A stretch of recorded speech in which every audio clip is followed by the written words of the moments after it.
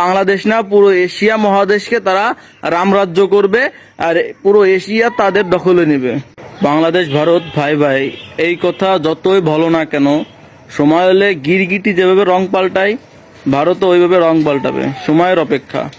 তুমি আমি যতই দেখি না কেন দেশ উন্নত করছে এবং আমাদের দেশকে উন্নতর দিকে নিয়ে যাচ্ছে, আর এর পিছনে খুব সুন্দর একটা পরিকল্পনা আছে যেটা তুমি আমি জানি না, বা আমাদের আগের যে আকাবির বা আমাদের যে বিভিন্ন আলেমুলামা তারা বলে গেছে।